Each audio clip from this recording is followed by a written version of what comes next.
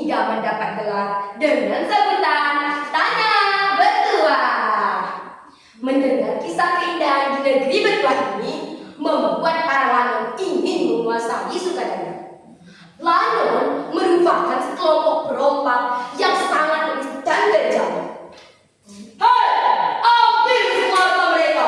Setelah itu, kita lanjutkan perjalanan menuju Sukadana. Setelah semua harta warga diambil, mereka pun melanjutkan perjalanan menuju Sukadana.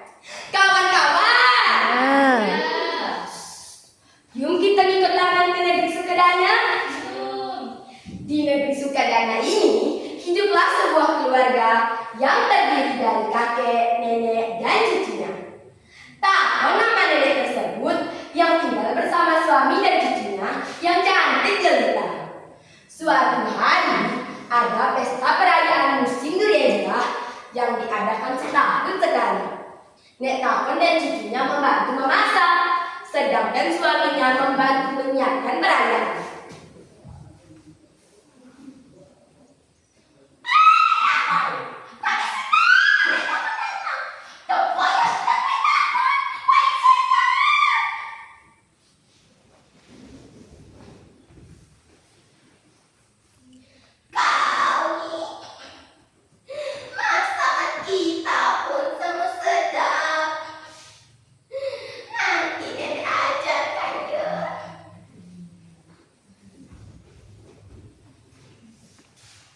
Tiba-tiba perasaan cucu Nek Takon menjadi tidak nyaman.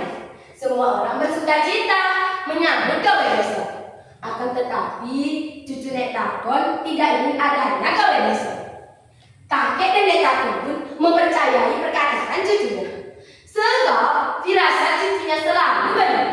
Dan mereka pun memutuskan akan meninggalkan Sukadana. Kawan-kawan, kira-kira ada hal apa ya? Kawan-kawan mau tahu enggak? Kita lanjut ya ceritanya. Tiba-tiba terdengar suara dari pentungan warga yang sangat keras. Tung, tung, tung, tung, tung, tung. Semua kaum laki-laki pun berkumpul. Kepala suku mengumumkan kepada semua warga untuk memperketat penjagaan. Sebab Lanon telah berada di Sukadana. Malam pun menjelang, suasana semakin mencekam. Para Lanon keluar dari persembunyian. Lanon datang, serang! Mereka pun akhirnya bergerak. Banyak darah yang jatuh bergelimpangan di atas tanah. Namun, untung tak dapat diraih, malang tak dapat ditolak. Walau warga jumlahnya lebih banyak, tetapi peperangan ini dimenangkan Lanon. Hei warga Sukadana, kalian ingin menjadi budakku sekarang.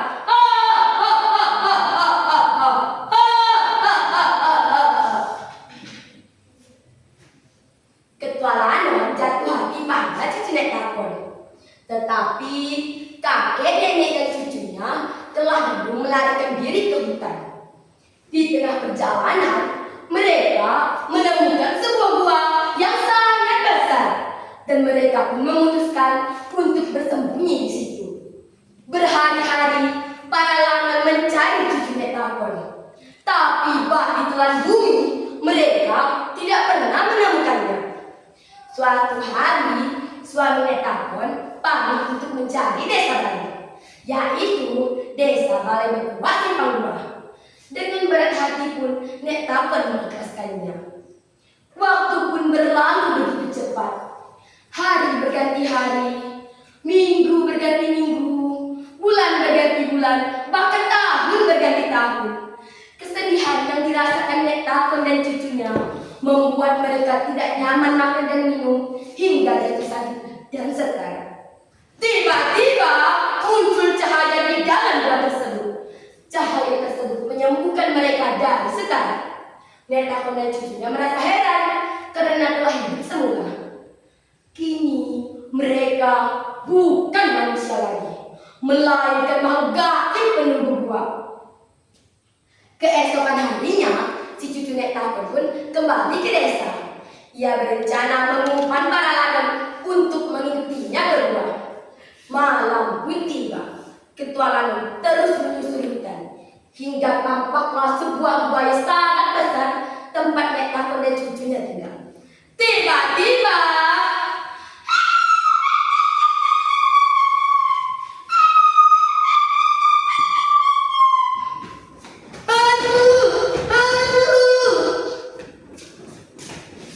mau kemana kau?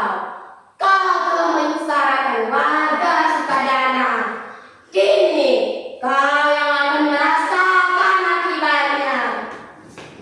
Ampun, ampun, jangan bunuh aku, ampun.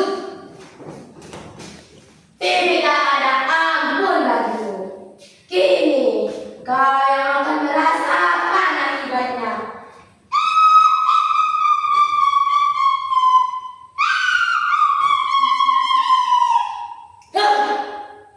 Ketualangan mati mengenaskan. Anak buahnya pun tidak ada yang selamat. Semenjak kejadian itu, Sukadana kembali aman. Dan akhirnya warga Sukadana memberi nama gua yang ditinggali Nek Takon dan cucunya dengan sebutan Gua Nek Takon. Kawan-kawan, Nek Takon ternyata sering meminjamkan peralatan pecah belahnya kepada warga Sukadana. Tetapi mereka ada yang tidak mengembalikannya. Kejadian tersebut membuat Nek Takon sangat marah dan akhirnya menutup gua tersebut selama-lamanya. Sekian dongeng dari saya. Terima kasih. Wassalamualaikum warahmatullahi wabarakatuh. Waalaikumsalam warahmatullahi wabarakatuh.